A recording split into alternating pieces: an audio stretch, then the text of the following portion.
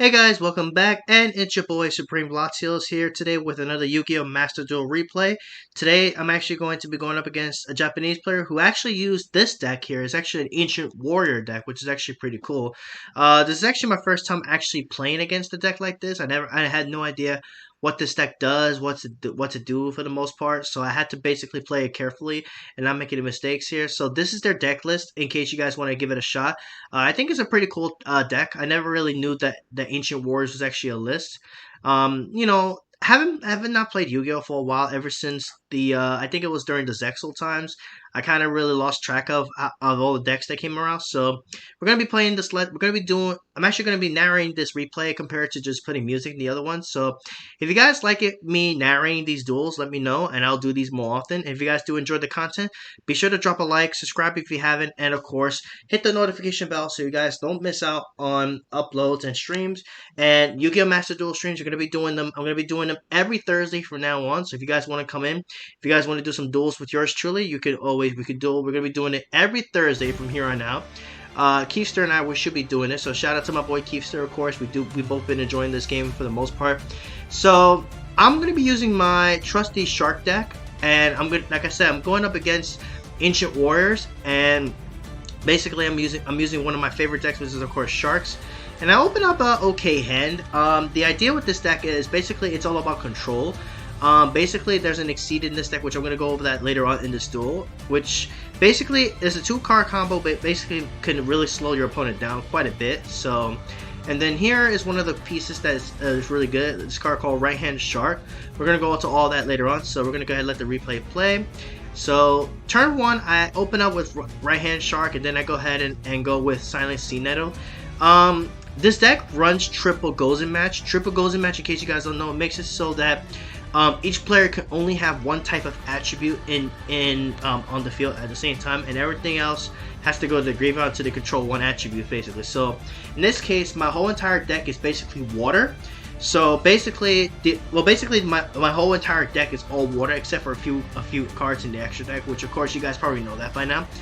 If you guys have seen this deck list before, but basically this is definitely another one of my favorite decks compared to basically my heroes, basically. So I normal summon Right Hand Shark, and then Silent Sea Nettle says if I control a water monster, this is a special summon from the hand. It's basically like saying an angler, except when you use this effect, you can only special summon water monsters, but that's not the worst thing in the world, because most of the deck plays water monsters anyway. And here I decide to Exceed into Bahamut Shark because I don't have Gozen Match. Usually the play I always like to do is if I have Gozen Match turn 1, I will usually go into number 4, Stealth Kraken, which we're going to go into that later on. If I don't have it, then I will just go for Bahamut Shark, and then go for like and then I would just go for like this for Totally Awesome, as you see here that just popped up. So I decided to just go for Bahamut Shark and detach a material, and then bring out Totally Awesome, and then just end my turn.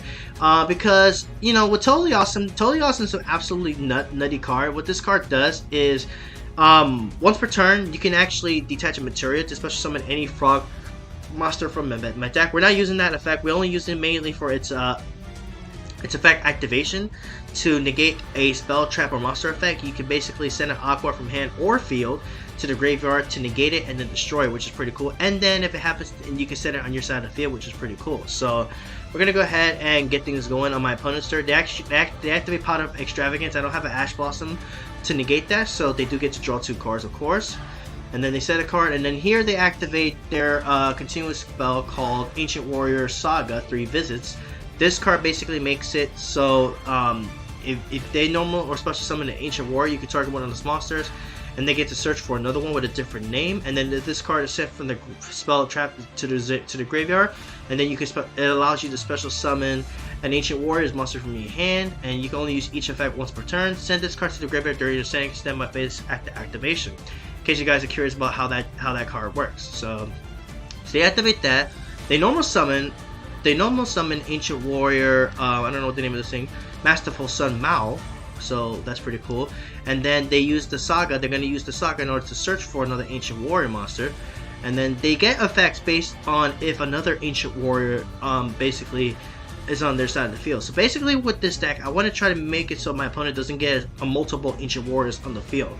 So now they're gonna go ahead and search for another Ancient Warrior. They search out for that card, which you're gonna see in a second, because they're gonna special summon it momentarily.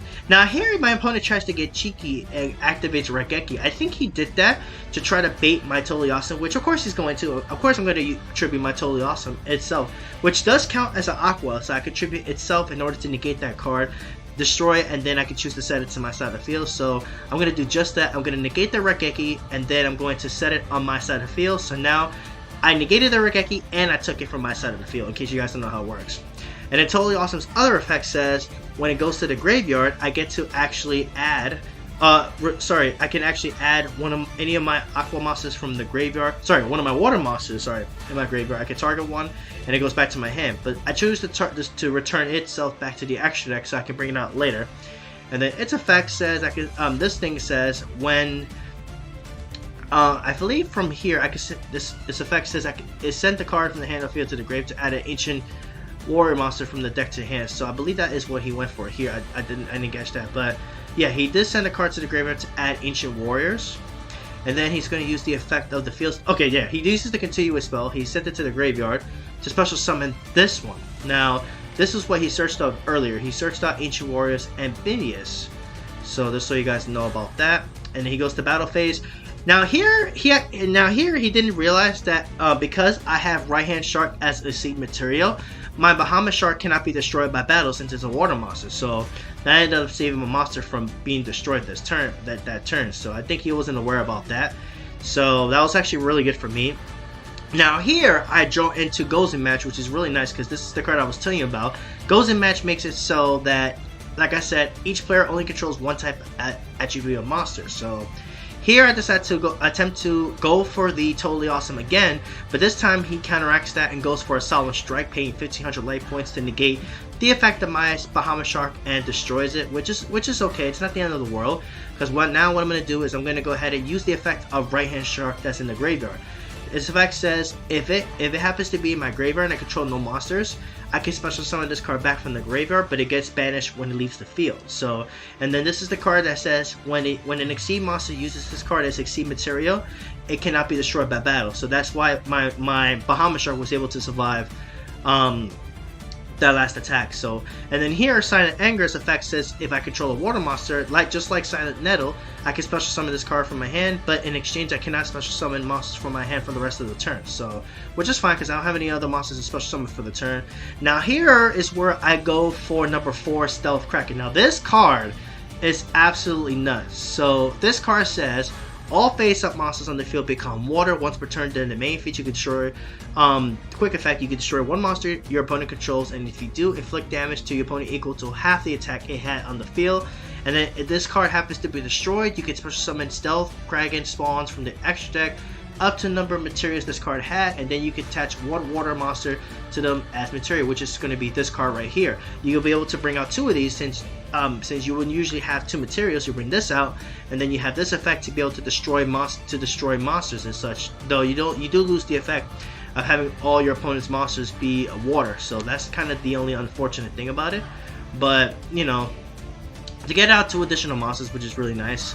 But I find myself not really going for it too much. But basically the idea is get this out, make sure my opponent only has 1 monster on their side of the field, and then use Gozen Match to make it so they can't summon anything. They can only control 1 of each monster.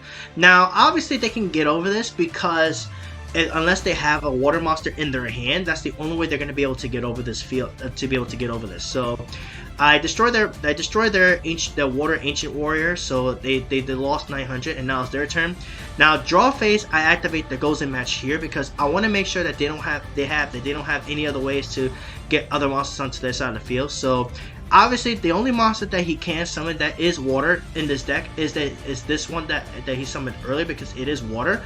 So here he activates the Tanky here, which he actually does search for another copy of that same Ancient Warrior, which is a water monster, mind you. And then he goes to summon it, and then he uses the effect to send Tanky to the graveyard to search out another Ancient Warrior here. So, but because I have Gozen Match, since that monster was a wind monster, he cannot summon it because Gozen Match only permits 1 attribute. Now, you guys are wondering, Latios, why does he have 2 monsters if this is actually fire?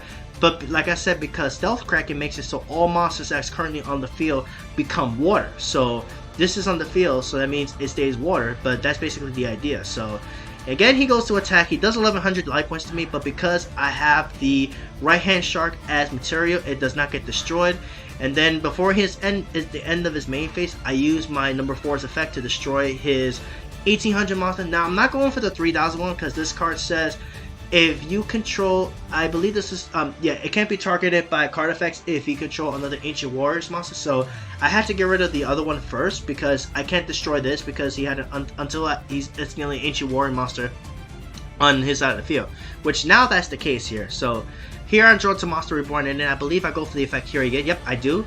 And then I go ahead and destroy his monster and inflict 1500 points of damage to it because half of 3000 is 15. And then I go for an attack with 19 to the face. At this point, he has no monsters on the field. I still have number 4 and then goes in match. And then I still have his set Raigeki. I have Monster Reborn in my hand in case if I need to bring something back later. So it's basically a matter of if he has a monster to summon. And he does summon a monster, but as you saw there, he had a scoop because now he realizes that because this 2-card combination right here is just absolutely insane. This is why this deck is just so good. I absolutely love it. Basically, if you can get number 4 and goes in on the field, it's basically GG at this point. So there you go, guys. That's the replay. I hope you guys enjoyed the video. If you guys do, let me know in the comments below. Drop a like, subscribe if you guys enjoyed the video and all that good stuff. And tune in every Thursday for more Yu-Gi-Oh! Master Duel. Thank you guys for watching, and Supreme Latios signing off. Thanks for watching.